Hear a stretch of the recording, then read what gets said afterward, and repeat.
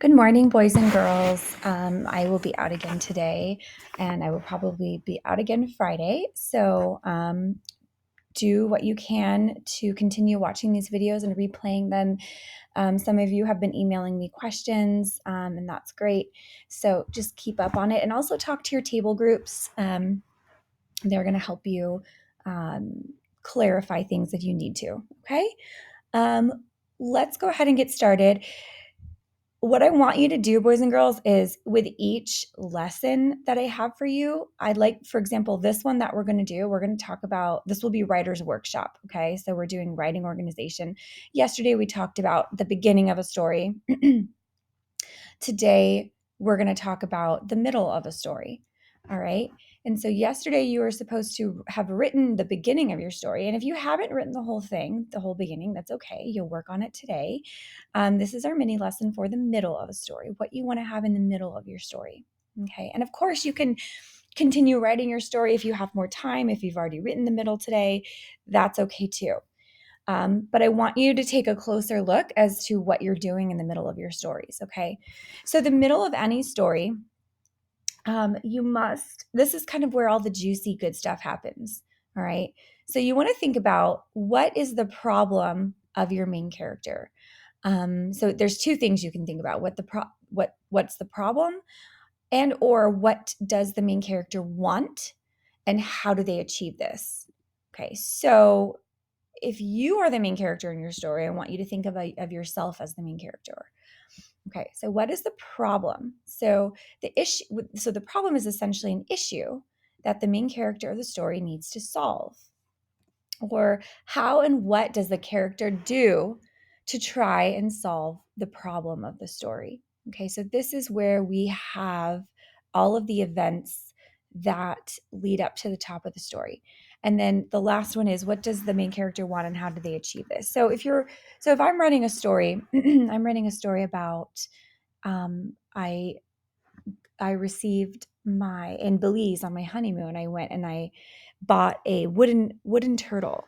So the problem of my story is that I was looking for something that I could take home with me. I was looking for something that a really good item that I could take home with me that would remind me of Belize. And I was walking down this dirt path and I saw all of these vendors and paintings and sculptures.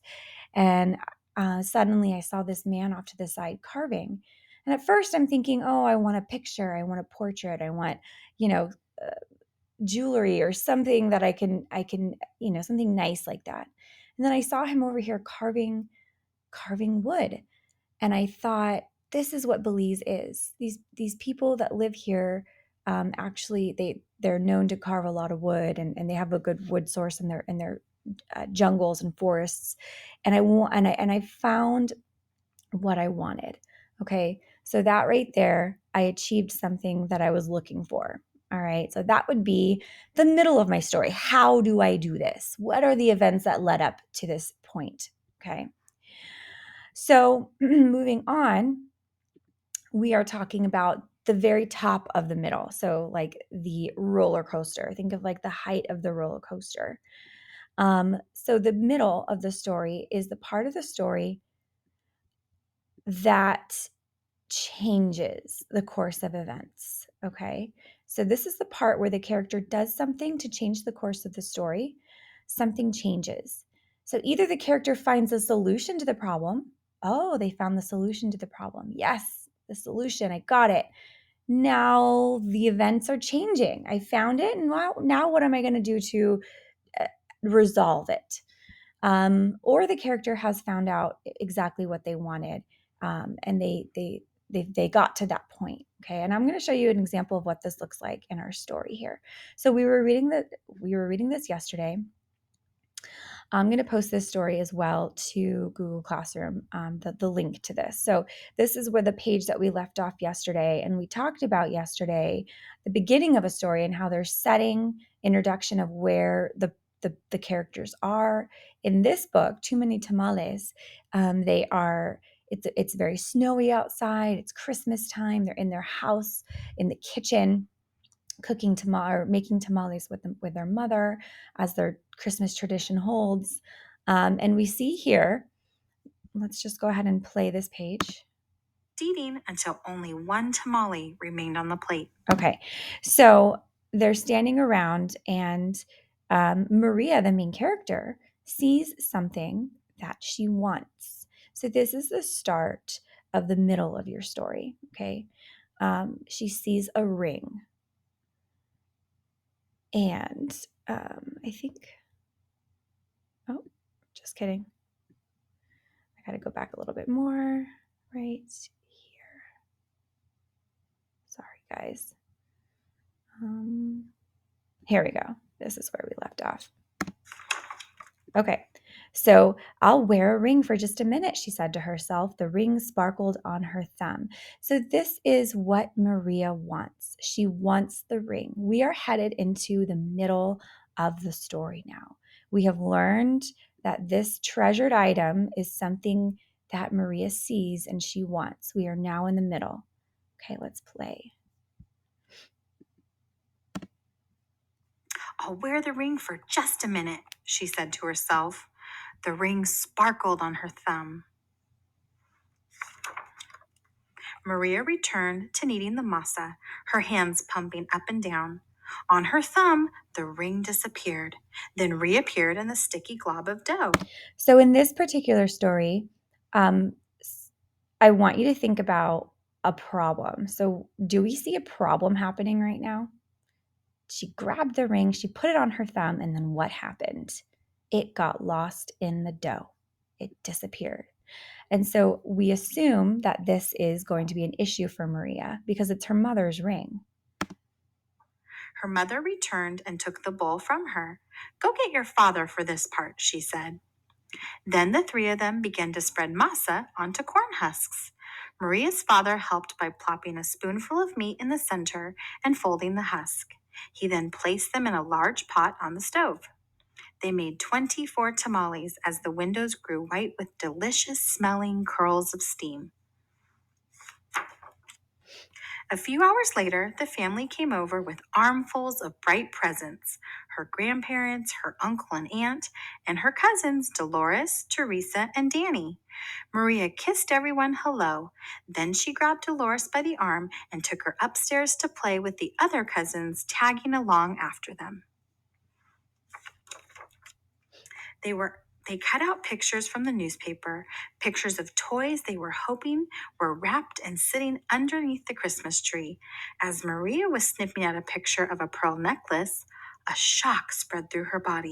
Okay, so here we're noticing the middle of the story playing out, the events playing out. We made an assumption, we made a prediction earlier, just a second ago, that we saw Maria lose her ring in the masa, right? Maria at the time didn't know that happened. Now she's realizing there's a problem, right? Again, we're climbing that ladder of the middle of the story. We're getting to a good part of the story. The ring, she screamed. Oh my gosh. Everyone stared at her. What ring? Dolores asked. Without answering, Maria ran to the kitchen. So we have a problem. We have something. This main character and maybe the other characters are going to need to help Maria solve the problem. Again, this is the middle of the story. We want to solve some kind of problem. Okay. And maybe your stories don't necessarily have a clear problem because you're retelling events of something, of a treasured item. So, again, for me, it could be any kind of problem. It doesn't have to be something so drastic like this story. Mine, for example, is I really wanted to find something special to take home. And I was really struggling with what should I take home?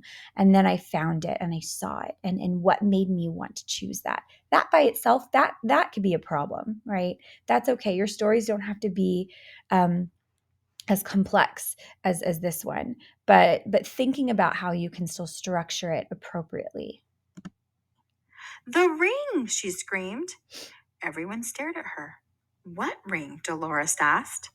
Without answering, Maria ran to the kitchen. The steaming tamales lay piled on the platter. The ring is inside one of the tamales, she thought to herself. It must have come off when I was kneading the masa. Dolores, Teresa, and Danny skidded into the kitchen behind her. Help me, Maria cried. They looked at each other. Danny piped up first. What do you want us to do? Eat them, she said. If you bite something hard, tell me. The four of them started eating. Okay, now they are trying to solve the problem. They're coming up with a solution to solve the problem. Okay, so they started eating. They ripped off the husks and bit into them. The first one was good, the second one pretty good, but by the third tamale, they were tired of the taste. Keep eating, Maria scolded. Corn husks littered the floor. Their stomachs were stretched till they hurt, but the cousins kept eating until only one tamale remained on the plate. Okay, so one tamale left. This must be it, she said. The ring must be in that one. We'll each take a bite. You first, Danny. Danny was the youngest, so he didn't argue. He took a bite. Nothing. Dolores took a bite. Nothing. Teresa took a bite. Still nothing. It was Maria's turn. She took a deep breath and slowly, gently bit into the last mouthful of tamale. Nothing. Didn't any of you bite something hard? Maria asked. Danny frowned. I think I swallowed something hard, he said. Swallowed it, Maria cried, her eyes big with worry. So notice how the author really draws out the problem. We're really getting a very clear glimpse of the details of what's happening using dialogue, conversation between the characters. I can really feel the characters worry because we're hearing the dialogue. Don't worry too much about dialogue. We're going to talk more about that next week. But if you can start to sprinkle some of this dialogue, some of conversation in between yourself and whoever the characters of your story are, that would be something to play around with, to experiment with. She looked inside his mouth. Teresa said, I didn't bite into anything hard, but I think I'm sick. She held her stomach with both hands. Maria didn't dare look into Teresa's mouth. She wanted to throw herself onto the floor and cry. The ring was now in her cousin's throat, or worse, his belly. How in the world could she tell her mother? But I have to, she thought. She could feel tears pressing to get out as she walked into the living room where the grown-ups sat talking. They chattered so loudly that Maria didn't know how to interrupt. Finally, she tugged on her mother's sleeve. I really love this story because you can feel the characters, how upset. You can see what's happening. Again, sensory details are coming in. She could feel the tears pressing to get out as she walked into the living room. She's the author's explaining what she sees, right? The sense of sight, the family chattering so loudly, right? Chattered loudly. That's a sense of sound. And Maria didn't know how to interrupt. So I'm really getting a sense that Maria's very nervous about owning up to what happened. And now we're reaching the part of the story where something changes. Something, the events of the story, we're worried. We know, oh my gosh, I can't find the ring, can't find the ring. And then all of a sudden something happens. And the course of the story changes. We're going to see how it changes. What's the matter? Her mother asked. She took Maria's hand. I did something wrong, Maria sobbed. What? Her mother asked. Maria thought about the beautiful ring that was now sitting inside Danny's belly and got ready to confess. Then she gasped. The ring was on her mother's finger, bright as ever. The ring! Maria nearly screamed. Maria's mother scraped off a flake of dried masa. You were playing with it, she said, smiling gently. Okay, so what changed? What changed? The course of the story changed. So we've got the word climax here. This is the climax of the story, meaning that, C for change, the course of the story turned around. It went in the opposite direction. We don't know where the ring is. Oh my gosh, what am I going to do? How am I going to tell my mom? Oh my god, it's her favorite ring. It's my favorite ring. Somebody ate it. How are we going to do this? And then all of a sudden, something changes. She goes to her mom and says, I did something bad. I didn't tell the truth.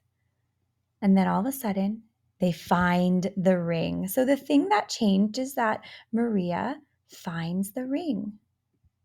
This is the climax of the story, boys and girls.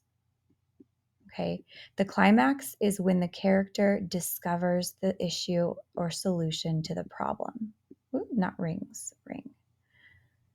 Okay.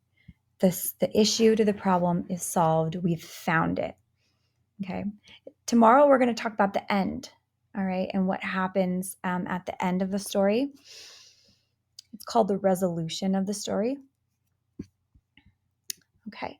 So I want you to focus on when you're writing your pieces today, the middle of the story. What is the problem? How does the character solve the problem? And then when they solve the problem, what is the event that changes the course of that story? I want you to write it out. And again, it doesn't have to be perfect. And we're going to come back next week and look at it and like tweak it and hone it. I want you to do your best today. I want you to, I hope you are all watching this video to the very end. I want you to work on this for one class period. That's something that I forgot to specify yesterday. Work on this writing for one class period. When the bell rings for the second period, I want you to move on to the next activity, okay, that I have planned for you today. All right. Let me know if you guys have any questions, and have a good day.